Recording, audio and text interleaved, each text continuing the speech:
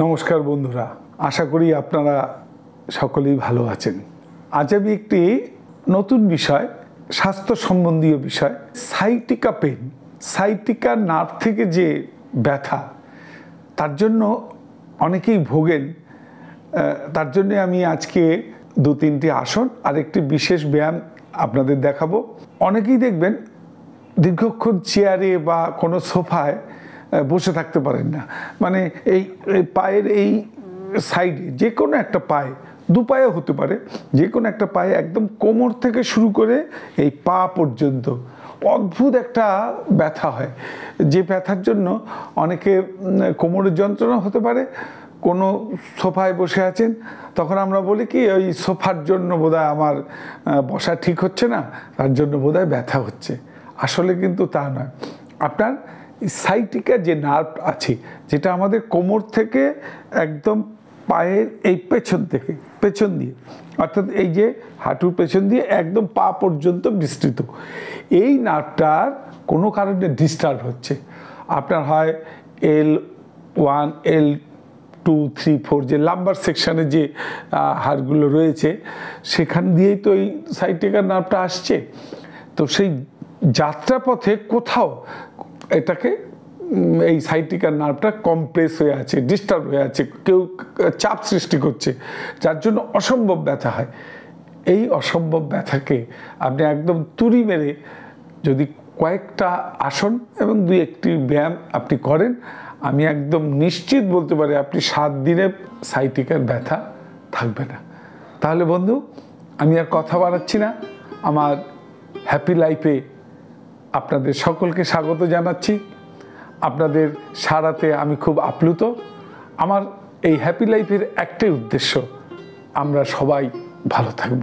প্রথমে আমি যে আসনটি দেখাবো, আপনারা অনেকেই শুনেছেন পবন মুক্তাসন। এইখানে আমি দেখাবো অর্ধ পবন মুক্তাসন। শুয়ে পড়ুন। শুয়ে পড়ে এই ডান পা, এই পাটা এইভাবে বুকের কাছে নিয়ে আসুন। নিয়ে এসে চাপ দিন, হাত দুটো দিয়ে এভাবে গ্রিপ করে হাত ধরে এইভাবে, মাথা তোলার দরকার নেই। এটাকে বলে অর্ধ পবন মুক্তাসন।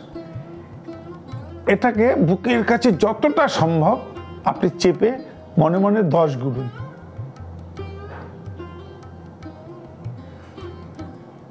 ছেড়ে দিন।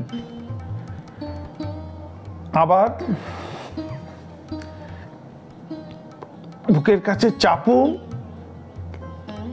একটা কষ্ট হবে, এখানে একটা স্ট্রেচ পড়বে আপনার পুরো এই কোমর, এই থাই, এই হাঁটুর পেছনে এই মাসেলটা, পুরো এই মাসেলটাতে একটা টান অনুভব হবে। আপনি এইভাবে টেনে রাখুন, মনে মনে 10 গুণুন। এইভাবে 3 বার করুন, 5 বার করলে খুব ভালো। তাহলে এইভাবে এ পায়েও তাই, এ পায়েও একবার আমি করে দেখাচ্ছি। মনে মনে 10, বুকের কাছে এই চেপে হাঁটুটাকে আনার চেষ্টা করুন যতটা সম্ভব।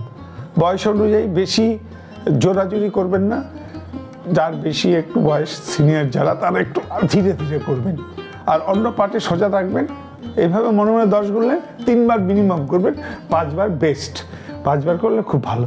এটা হচ্ছে অর্ধ পবন মুক্তাসন। এরই আরেকটি পোজ আমি দেখাচ্ছি, সেটাও করবেন। একটু বিশ্রাম নিলেন, নিয়ে নেক্সট শুরু করুন অর্ধ পবন মুক্তাসনে আরেকটি পোজ।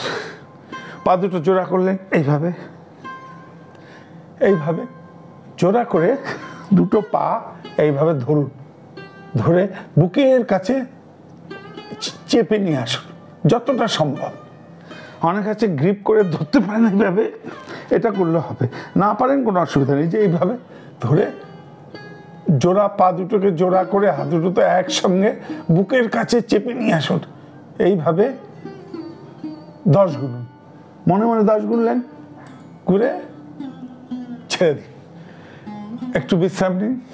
এইভাবে 3 বার করুন। আমি আরেকবার দেখাচ্ছি, 5 বার হলে খুবই ভালো। আরেকবার 1 2 3 4 5 6 7 8 9 10 এভাবে মনে মনে 10 বার ঘুরে বুকের কাছে হাঁটু দুটোকে আনার চেষ্টা করুন আপনার সাধ্য অনুযায়ী। ব্যাস ছেড়ে দিন। 3 বার, মিনিমাম 3 বার করতেই হবে। 3 বার থেকে 5 বার, 5 বার হলে ভালো। এটা গেল অর্ধ পবন মুক্তাসনের দ্বিতীয় পোজ। আরেকটি বেস্ট আসন হচ্ছে এক পদ উত্থান আসন। কিভাবে করবেন?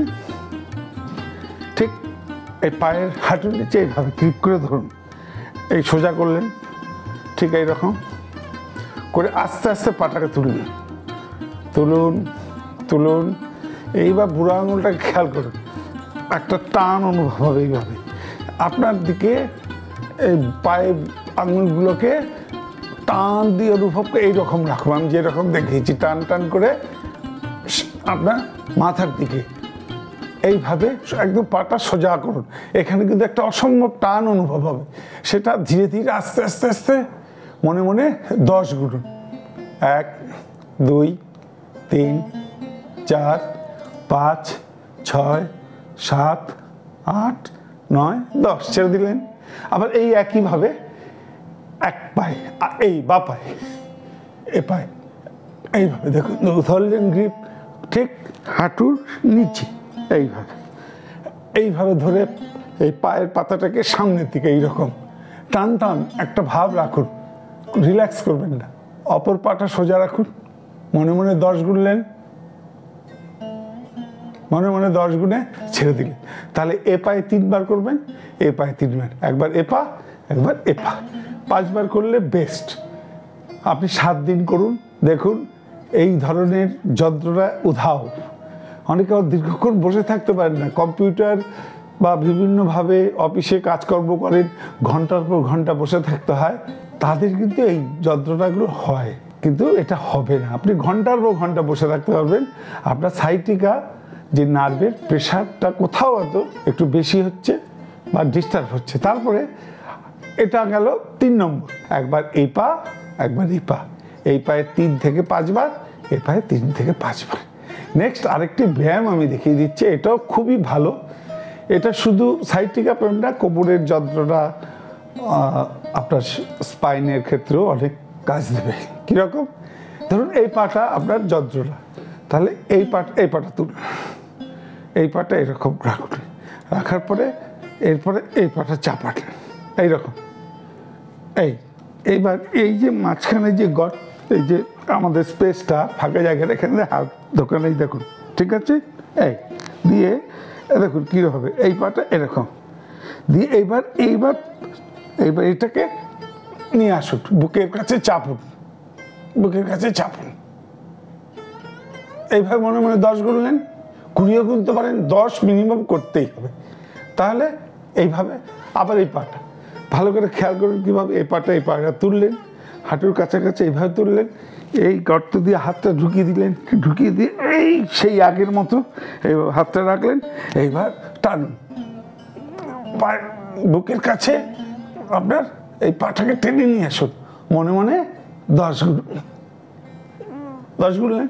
তাহলে এ পায়ে 3 বার মিনিমাম, এ পায়ে 3 বার। তাহলে আমি আবার একবার ভালো করে দেখিয়ে দিচ্ছি।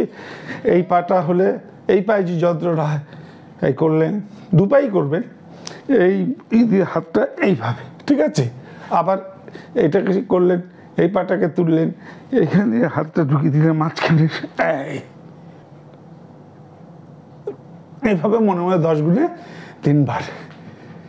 তাহলে বন্ধুরা, সাইটিকা পেন থেকে যে কষ্ট একদম চিরতরে মুক্তি হয়ে যাবে 7 দিন করে দেখুন।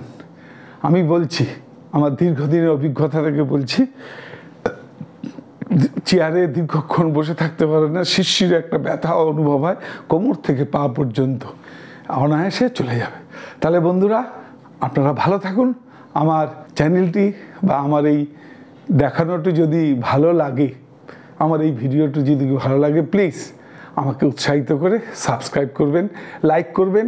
আপনাদের কোনো মন্তব্য যদি থাকে অবশ্যই মন্তব্য করবেন। ভালো থাকুন, নমস্কার।